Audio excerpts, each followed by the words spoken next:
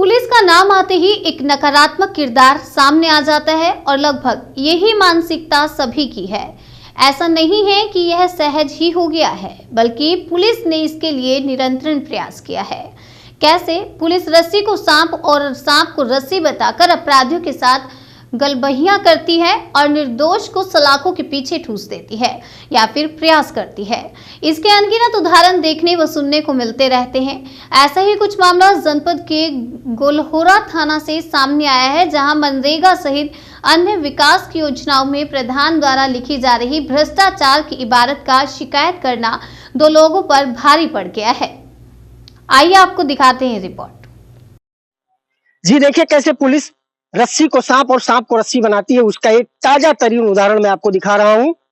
और अगर कोई आरोपी होता है, कोई दोषी होता है, वाकई कोई क्रिमिनल होता है, तो उसके गर्दन तक पुलिस के हाथ बाद में पहुंचती है। लेकिन अगर पुलिस के हिसाब से कोई चल दे तो निर्दोषों के गर्दन को नापते उन्हें देरी नहीं लगती है। मेरे हाथ में जो पेपर है उसी की एक कहानी बयां कर रहा है। ये आप देख पा रहे हैं, मेरे हाथ में एक तहरीर है, FIR की कॉपी है, जिसमें दो लोगों को आरोपी बनाया गया है कि वो विद्यालय के प्रॉपर्टी को उन्होंने हरस किया है। सामने आप देख पा रहे हैं बाउंड्री है, बाउंड्री में कुछ जरूर जो है तोड़ फोड़, कुछ यहाँ नुकसान कुछ दिखाई पड़ रहा है, जरूर हल्का फुल्का, ऊपर से फेंसिंग है। लेकिन जो आरोप लगाया गया इसमें दो लोगों पर, वो ये लोग लगाया गया है कि दो लोग ऐसे हैं, गांव के लोग, जिन्होंने विद्यालय की प्रॉपर्टी को क्षति पहुंचाई है, बाउंड्री को तोड़ा है, टाइल्स को तोड़ा है और पंखे वगैरह को तोड़ दिया है, क्षतिग्रस्त कर दिया है। उसी मामले में दो लोगों को आरोपित बनाया गया है और पुलिस इतनी जल्दबाजी में थी,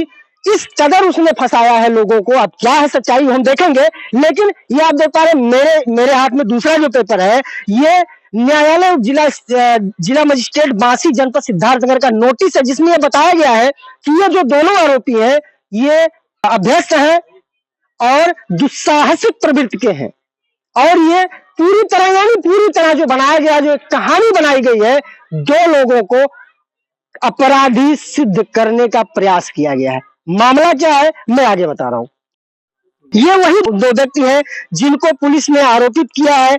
ग्राम प्रधान के तहरीर पर, मौजूदा ग्राम प्रधान के तहरीर पर पुलिस ने आरोपित किया है और इनको बताया गया है कि ये दुस्साहसिक प्रवृत्ति के लोग हैं, ये झगड़ालू प्रवृत्ति के लोग हैं, ये अक्सर गांव में झगड़ा करते रहते हैं, लोगों से उलझते रहते हैं और इसी अपने व्यवहार के चलते, इसी मनोवृत्ति के चलते इन्होंने विद्यालय में भी तोड़ फोड़ करी है, क्षतिग्रस्त किया है विद्यालय के बाउंड्री वाल को और विद्यालय के तमाम अन्य प्रॉपर्टीज को। अब सामने जो है आप देख पा रहे हैं, वो जो क्षतिग्रस्त है उन्हीं सब पर आपको आरोपित किया गया है। लेकिन आरोपित के बाद में मजिस्ट्रेट के द्वारा इनको शुद्ध रूप से अपराधी बनाने का प्रयास किया गया है। मामला क्या है मैं थोड़ा सा इनसे जानूंगा। तो आपका क्या नाम है? कृष्ण कुमार। कृष्ण कुमार जी, आपके खिलाफ तहरीर पड़ी, ग्राम प्रधान ने दिया और इसमें आपके खिलाफ FIR दर्ज हुआ और आपको मजिस्ट्रेट यानी जिलाधिकारी के न्यायालय से ये नोटिस आया है कि आप साल भर अपने बेहतर चाल चलन को दर्शाइए, अन्यथा आप पर अग्रिम कार्रवाई होगी। तो क्या आप दुस्साहसिक प्रवृत्ति के व्यक्ति हैं? नहीं सर, ये जो प्रधान ने काम कुछ किया तो कहीं गलत दिखाई दिया, तो हम लोग उसके खिलाफ थोड़ा जांच के लिए शुद्ध काम हो, इसीलिए प्रधान ने उसी आरोप में हम थाने पे भी दिया हूँ, जान माल का हमला का भी प्रधान कर सकते हैं। उसी का जब ये जाने तो हम लोगों को उसी में फंसाए। क्या नाम है आपका? सुनील सर। सुनील जी, आपने क्या किया था कि आपने तोड़फोड़ किया था यहाँ? नहीं सर। तो आखिर क्या फंसाया गया, कैसे फंसाया गया? सर ये पंचायत भवन जो बन रहा था तो हम देखे शुद्ध रूप से नहीं बन रहा है, तो उसी का जांच कराए थे सर, उसी का जांच कराए, उसी के आरोप पे हमें ये फंसाया जाए। तो आपके पास कुछ लिखित ऐसे कागज है कि आपने लिखित रूप से जिम्मेदारों को प्रार्थना पत्र दिया था कि ये जो काम हो रही है गुणवत्ताहीन हो रही है उनकी जांच हो? क्या दिया है आपने? ये देखिए, मैं अपने दर्शकों को दिखाना चाहूंगा। इन्होंने ये तो थानाध्यक्ष को है। ये देखिए, इन्होंने जिलाधिकारी कार्यालय को दिया था, जिलाधिकारी महोदय को दिया था, एक एप्लीकेशन दिया था और उसके सापेक्ष ये पत्र जारी हुआ है जिलाधिकारी सिद्धार्थनगर के द्वारा, उनके कार्यालय के द्वारा। और जिस कार्यों को लेकर इन्होंने आपत्ति लगाई थी, इन्होंने शिकायत करी थी, उस कार्यों की जांच की जो है यह कार्रवाई चल रही थी।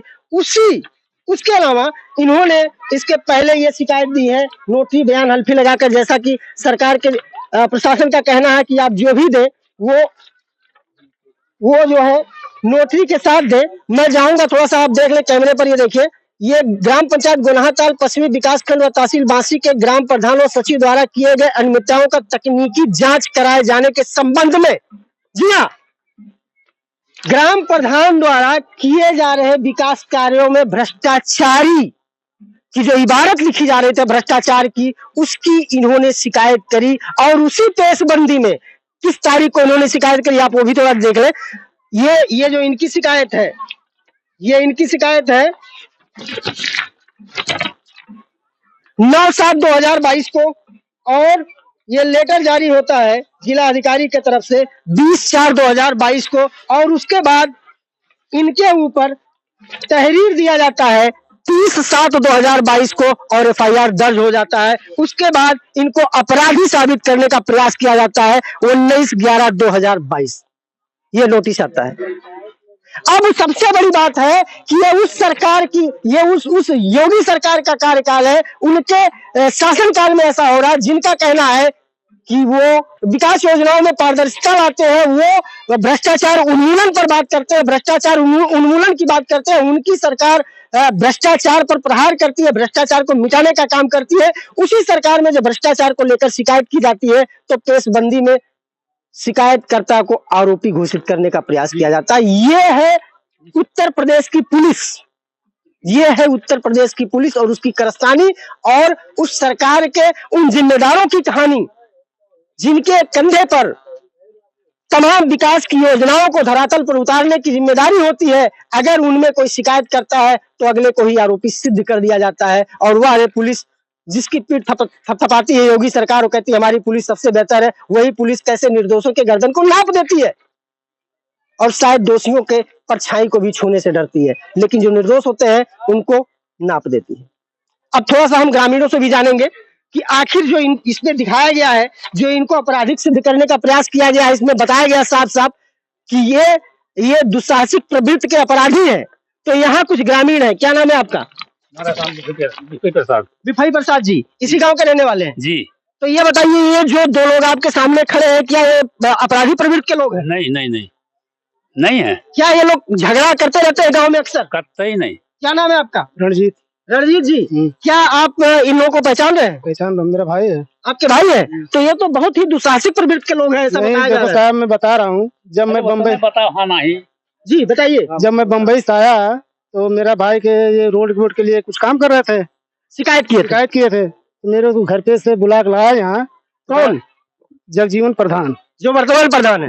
हाँ, क्या कहे वो? तो बोल रहा है कि देख तेरा भाई मेरे लिए ये काम किया, मैं बाउंड्री तोड़ा दूसरा कोई तो फंसाऊंगा उसी को, तुम्हारे भाई को। यानी दूसरे का इल्जाम दूसरे को लगा दिया जाता है और पुलिस उसी को तूल देती है और इस तरह देती है कि निर्दोषों को अपराधी साबित कर देती है। क्या नाम है आपका?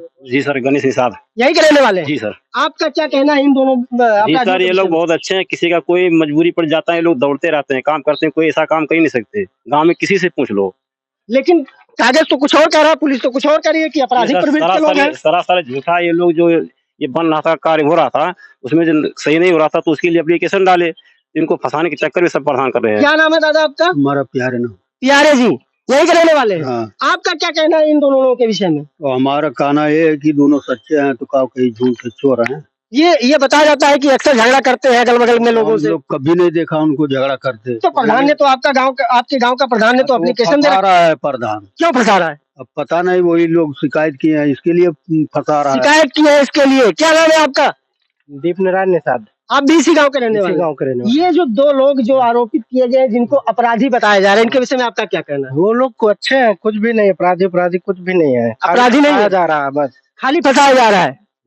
खाली फंसाया जा रहा है। क्यों फंसाया जा रहा है? आप क्या जानते हैं? पंचायत भवन के बारे में कुछ ये लोग डाले थे, इसीलिए फंसाया जा रहा है। इसीलिए फंसाया जा रहा है। जी हाँ, ये है उत्तर प्रदेश सरकार की पुलिस और उत्तर प्रदेश सरकार का प्रशासन और उत्तर प्रदेश सरकार की वो जिम्मेदार जो अपनी कमियों को छिपाने के लिए किसी को भी दोषी सिद्ध कर देते हैं और उसकी गर्दन को नाप लेते हैं। अब इसमें पुलिस बल का क्या कहना है, उच्च अधिकारियों का क्या कहना है और विद्यालय यानी शिक्षा विभाग का क्या कहना है? अगर शिक्षा विभाग में वो चीजें हुई है, ये क्षतिग्रस्त हुए हैं, बाउंड्री क्षतिग्रस्त हुए हैं, इनके जैसा ये इस एप्लीकेशन में लिखा गया है, टाइल क्षतिग्रस्त हुआ है, पंखे क्षतिग्रस्त हुए हैं, तो क्या इसके लिए शिक्षा विभाग ने, पुलिस ने कोई तहरीर दी, कोई शिकायत की, या यहाँ के जो इंचार्ज है, जो जिम्मेदार है, उन्होंने अपने विभाग के उच्च अधिकारियों को ये इस मामले को लेकर संज्ञानित किया? वो भी हम जानेंगे, आपको बताएंगे।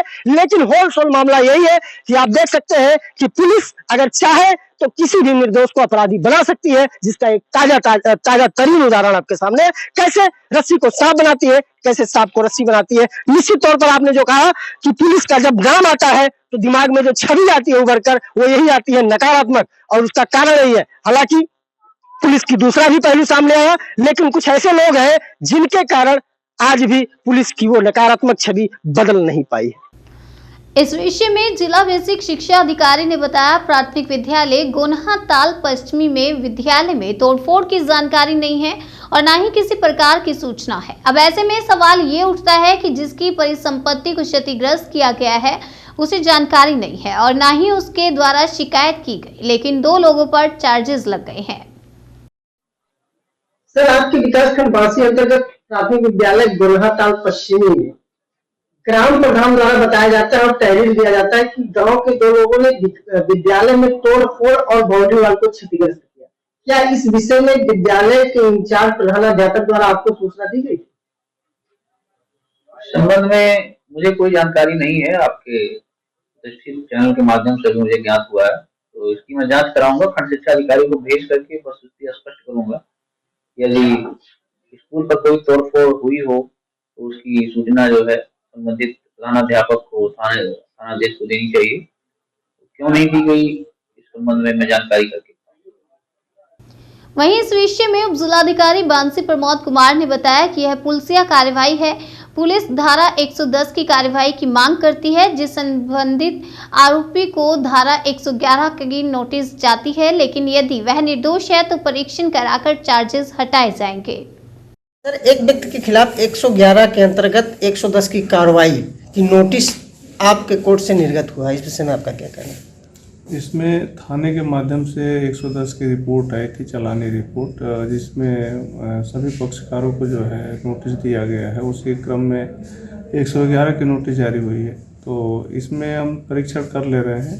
तो जैसा भी अगर जो दोषी नहीं पाए जाते हैं तो बात खारिज हो जाएगा। वहीं इस मामले में ग्रामीणों ने महजरनामा के माध्यम से पुलिस अधीक्षक सिद्धार्थ नगर से फरियाद की है कि पुलिस द्वारा आरोपित किए गए लोग निर्दोष हैं और मात्र पेशबंदी में उन्हें फंसाया जा रहा है।